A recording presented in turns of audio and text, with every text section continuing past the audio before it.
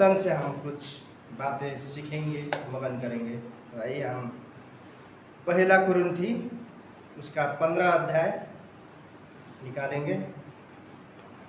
पहला कुरिन्थी 15 अध्याय 3 और 4 हम पढ़ते हैं। ये वचन हमें क्या बात सिखाते हैं। यहाँ लिखा है पहला कुरिन्थी 15 का 3 और 4। इसी कारण मैंने सबसे पहले तुम्हें वही बात पहुंचा दी जो मुझे पहुंची थी कि पवित्र शास्त्र के वचन के अनुसार यीशु मसीह हमारे पापों के लिए मार गए और गाड़ा गए और पवित्र शास्त्र के अनुसार तीसरे दिन जी भी उठे। आमीन। यहाँ से बोलने की टॉपिक मैं लेता हूँ, मृत्यु पर यीशु की विजय। पूरा बाइबल ये वचन के बिना, ये 3 और 4 के बिना ये पूरा बाइबल अधूरा है। और हमें यहाँ बैठना, यहाँ आना भी अधूरा होता अगर यीशु प्रभु अगर तीसरे दिन मुर्दों में से जी नहीं उठते। तो यहीं पर शैतान हारा हुआ है।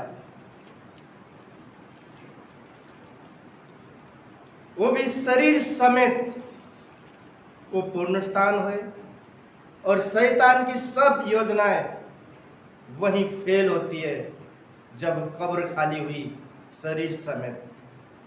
भजन संग्रह में लिखा है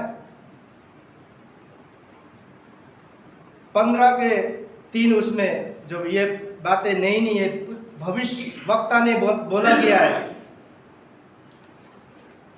भजन संग्रह 16 के 8 में लिखा, उसके शरीर को वो गलने नहीं देगा, सड़ने नहीं देगा। और ये वचन यहाँ आके पूरा होता है। और पूरा बाइबल में ये नया नियम, अगर ये वचन ना हो तो अधूरा कहलाता है। यीशु प्रभु मृत्यु पर विजय पाना आपके लिए, मेरे लिए ये खुशखबरी है। जब यीशु मृत्यु से जीत गया तो हम भी जीत गए। आपका हमारा यहाँ उठना बैठना और प्रार्थना करना व्यर्थ नहीं जाएगा, क्योंकि आप मुर्दों की आराधना नहीं, जिंदगी आराधना कर रहे हैं। और यीशु प्रभु जिंदा प्रभु है और वो स्वर्ग में है और आपको मुझे इनाम देने के लिए बैठा गया है। इसलिए पहला यूहन्ना 10 का 17-18 में लिखा है, मैं अपना प्राण देता हूं कि उससे फिर ले लूं। कोई उसे मुझसे छीन नहीं, वरना मैं उसे पाप ही देता हूं, आप ही देता हूं। मुझे उसके देने का भी अधिकार है और उसे फिर से लेने का भी अधिकार है। ये आज्ञा मेरे पिता से मुझे मिली है। आमीन। आपको मुझे जिंदा करने की अधिकार यीशु प्रभु में है और ये आज्ञा पिता की ओर से प्रभु यीशु को मिला गया है। वो देखो कितनी सामर्थ्य है। उसे सामर्थ्य क्यों, ये अधिकार क्यों दिया गया? क्योंकि मृत्यु को जीत लिया था यीशु ने। आज स्वर्ग उसी प्रभु यीशु के हाथ में है। और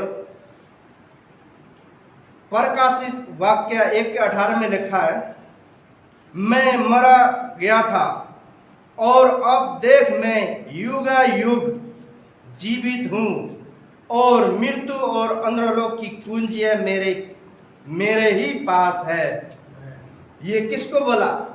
अपने प्रिय शिक्षक यूहन्ना को दर्शन देकर बोला गया।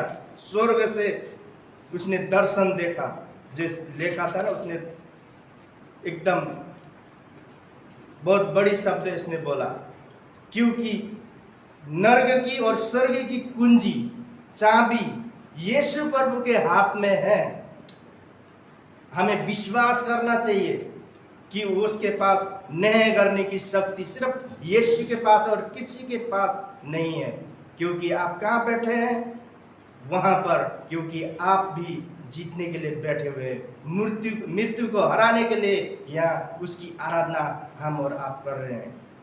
इसलिए ये वचन शक्तिशाली है, क्योंकि अंधलोक और की मृत्यु और अंधलोक की कुंजी मेरे ही पास बोलकर यीशु प्रभु ने बोला है।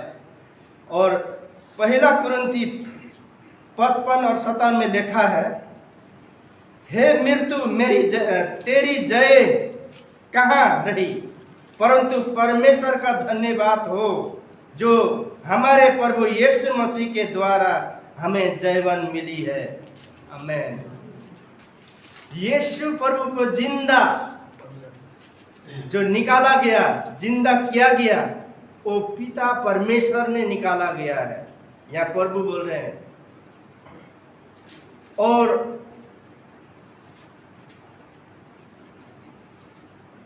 मृत्यु की जय कहाँ रही, परंतु परमेश्वर का धन्यवाद हो जो हमारे प्रभु यीशु मसीह के द्वारा हमें जयवंत मिलती है। क्योंकि हमें भी एक जिंदा आशा है, भरोसा है, हमें भी वहाँ पर यीशु प्रभु जिंदा ले जाएंगे बोलकर हमें भी एक आशा की जीत हमारे मन में रखना चाहिए। क्योंकि यीशु प्रभु जिंदा है तो हम भी जिंदा होंगे बोलकर एक क्या था, दृढ़ विश्वास के साथ प्रभु पर विश्वास करना चाहिए। और यूहन्ना रचित सुसमाचार 5 के 28 में लिखा है, 28 और 29 में, इससे अचम्मा मत करो क्योंकि वो समय आता है कि जितने कब्रों में हैं उनका शब्द सुनकर निकलेंगे। जिन्होंने भलाई की है वो जीवन के पुनरुत्थान के लिए जी उठेंगे, और जिन्होंने बुराई की है दंड के लिए, पुनरुत्थान के लिए जी उठेंगे।